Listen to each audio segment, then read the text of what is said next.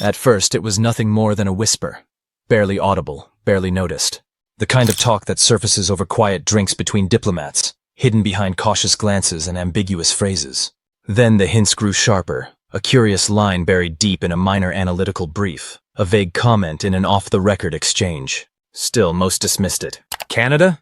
Joining BRICS? It sounded absurd, like a misinterpretation or worse, a fabrication. But now that whisper has turned into a wave crashing through the highest levels of global politics.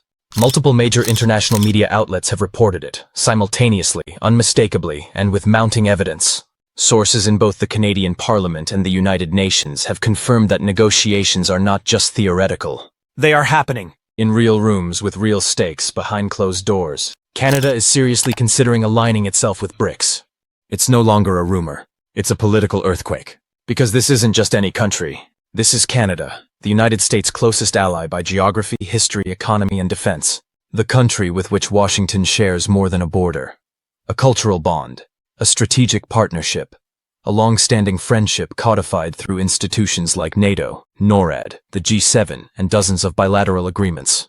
And yet, despite this deep entanglement, Ottawa is now charting a course that could lead it into an alliance Washington has officially declared a threat to the global order. BRICS, Brazil, Russia, India, China, South Africa. An alliance originally born from economic cooperation among emerging markets. But today, it has evolved into something more strategic, more assertive.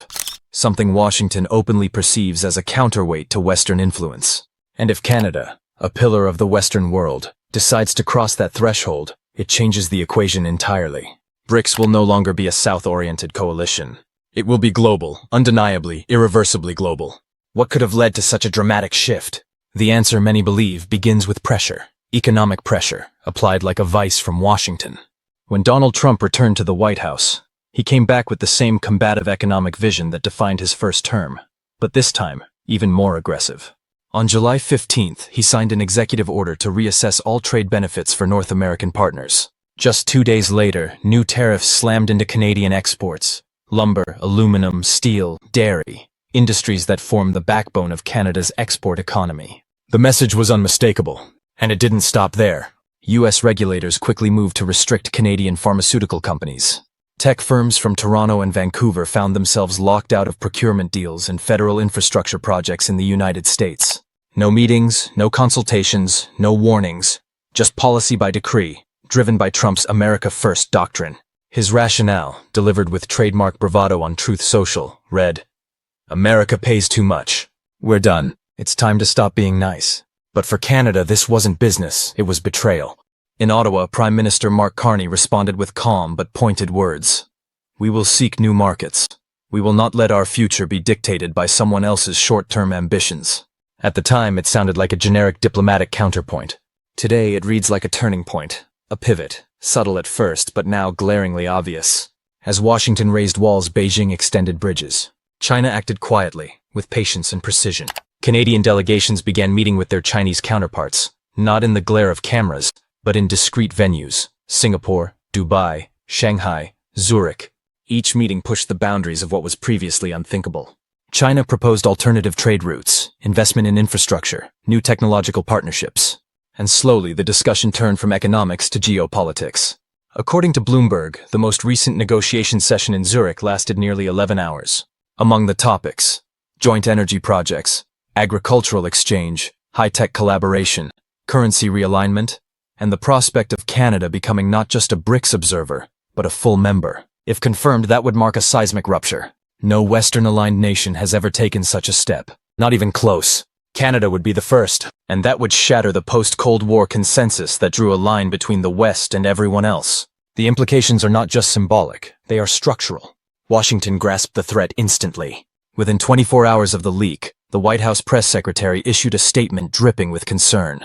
"We are deeply troubled by any indications that traditional allies might lend support to platforms that undermine American leadership." Trump, true to form, followed with fire. "If Canada goes down that path, we'll crush their economy. No one trades with traitors." But the truth is, Canada is already trading. The signs are everywhere. In June, bilateral trade between Canada and China surged by 18%. A major uranium deal with India is already operational. Brazil's state-owned oil giant Petrobras is opening an office in downtown Toronto. And most notably, Ottawa has entered negotiations with South Africa for joint development of rare earth metals and platinum, resources critical to the global tech and energy transition. All of these deals are happening outside the US orbit, and the financial shift may be even more consequential. For the first time in modern history, Canada is trialing currency settlements in yuan and rupees, breaking the decades-long norm of defaulting to the US dollar. The implications for the global monetary system are profound. If the world sees a G7 economy stepping outside the dollar framework, even in limited form, it could accelerate a trend that has long been feared in Washington: de-dollarization. That, according to many analysts, is what truly rattled the White House. In response, Trump escalated. A sweeping new tariff was announced on all vehicles manufactured in Canada, a gut punch aimed directly at Ontario and Quebec, where the automotive industry is vital to employment and exports. The move sparked immediate volatility in financial markets. Canadian stocks plunged. The loonie wobbled. And yet, behind the scenes, negotiations with BRICS appear to be moving forward, undeterred. What began as quiet speculation has become a hard geopolitical fact. The world is shifting. And Canada, once considered firmly anchored in the Western Bloc, is now sailing toward uncharted waters. Whether this is a temporary detour or a historic break remains to be seen. But one thing is certain. Nothing about the global order can be taken for granted anymore. Shares of General Motors Canada, Magna, and Linear collapsed more than 9% in a single trading day. An alarming signal that sent shockwaves through the Canadian economy and ignited calls from labor unions demanding immediate intervention from Ottawa. Behind closed doors, Bank of Canada's Mark Carney delivered a blunt message to key policymakers. We've spent too long in America's shadow. It's time to build our own axis. That remark, once unthinkable, now captures the shifting sentiment within Canada's political and financial elite, a growing recognition that the United States, long considered a bedrock of global stability, has become a source of volatility and strategic risk. In that void, BRICS is stepping forward with something the US can no longer offer: predictability. The alliance is no longer a theoretical alternative. It's building real infrastructure, a development bank, settlements in national currencies, investment frameworks outside the dollar system. These aren't distant blueprints. They're active tools of a parallel financial order. For Canada, this isn't just a question of East versus West.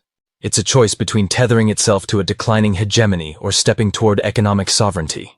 The myth that G7 nations would never abandon the dollar is crumbling. And Canada, once considered the most loyal of Washington's allies, is now visibly drifting. That drift is taking on form. Canadian officials recently attended the Economic Forum in Kazan, where they held discreet, high-level meetings with delegates from Russia, China, and Iran. The finance minister reportedly expressed a clear interest in piloting cross-border payment systems beyond SWIFT and exploring digital currency alignment with the yuan. In Washington, this move is seen as betrayal. In Ottawa, it's strategic realism. The United States, by tightening its grip, may be forcing its own allies out of orbit. And what Canada is doing now could soon become a template for others. In the UK, economists are already discussing dual-track trade policies that integrate with BRICS. In France, the left is becoming increasingly vocal about the risks of dollar dependence. In Italy, the Prime Minister is speaking openly about the need to remain agile in the face of emerging blocs. If even one G7 nation officially enters BRICS, it would deliver a global shock. A clear signal that the post-Bretton Woods, dollar-dominated order is no longer absolute. Canada might be the first domino. 6 months ago, such a pivot would have sounded like fringe speculation. Today, it's entering formal negotiation channels. And as the tectonic plates shift, Trump is escalating pressure from the US side. He's preparing to slap a 35% tariff on Canadian oil products, an aggressive move that's already provoked retaliation planning in Ottawa. Canada is considering restrictions on US access to rare earth metals and nuclear fuel. More than just a tit-for-tat trade response, it's a repositioning. In a historic move, Canada abstained from a US-backed resolution against China at the UN. Another unmistakable signal that the political realignment is underway. The irony is stark. Washington's attempt to assert dominance is accelerating the exodus. The harder it presses, the faster its allies move. Trump's vision of making America great again could instead leave it isolated. Meanwhile, BRICS, once mocked as a bloc of weak economies, is morphing into the hub of a new global order.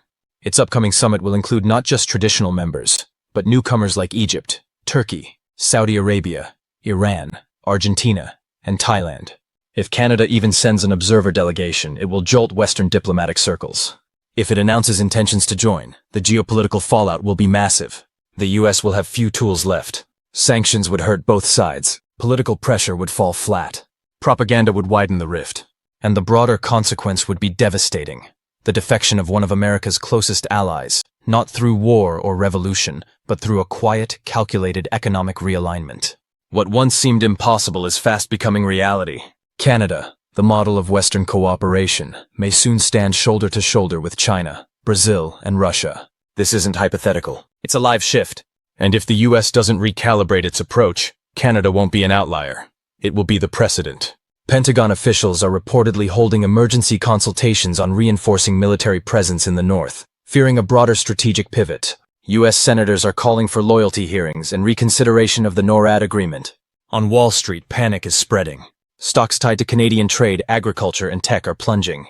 Media reports suggest a leak of an internal State Department memo warning of a potential dissolution of the North American economic space. The realization is setting in.